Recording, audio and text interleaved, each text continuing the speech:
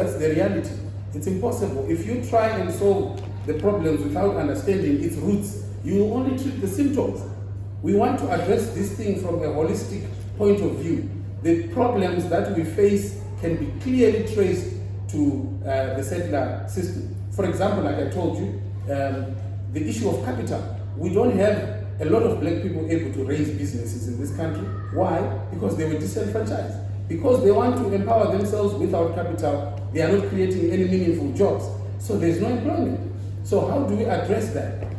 There's a difference between tracing problems to a certain point and blaming that point and crybabying on that point. We are saying we want to correct the position of Zimbabwe from understanding how we got to where we are. So the settler question, it's out of question. That's what happened.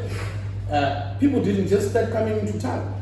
They came to town because of a certain reality that happened.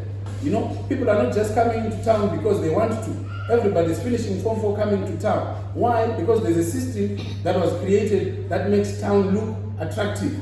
And there's a system that was created that caused the rural area to look unattractive. It's a fact. If you come with water and electricity, and you take away my means of life, and you introduce me to water and electricity, I will naturally gravitate to where I think the life is better. But our solution is to say, how can we improve the source first, so that we stop the bleeding? If you want to treat a wound, you've got to stop the bleeding first. The bleeding is coming from the 60%, which is the rural areas. Everybody's finishing school and coming into town.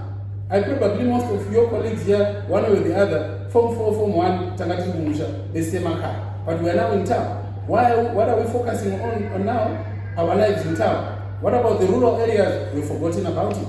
But how is Gogo surviving on the land? How are the people surviving that are bad? And remember, I said that's 60% of the population. So you've got to pay more attention where the bigger chunk of the people are. And if you look at the development in this country, the rural is still backward. It's undeveloped. We are not focusing on that. Why? Because the systems are not working in their favor. Like I said, if you raise your cattle, you try and sell them on the market, you are told it's economy grade, whatever grade it is. But can they start a successful ranching project in the rural areas? There are complications there. How did it start? The Native Land Act, the Animal Husbandry Act, the Native Tax Act. That's where it all started. Where are the borders that we're calling Zimbabwe?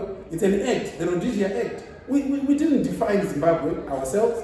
We didn't form parliament. We didn't form wards and constituencies. So there is no way you can ignore that. Our problems are primarily in our history more than what we are facing today.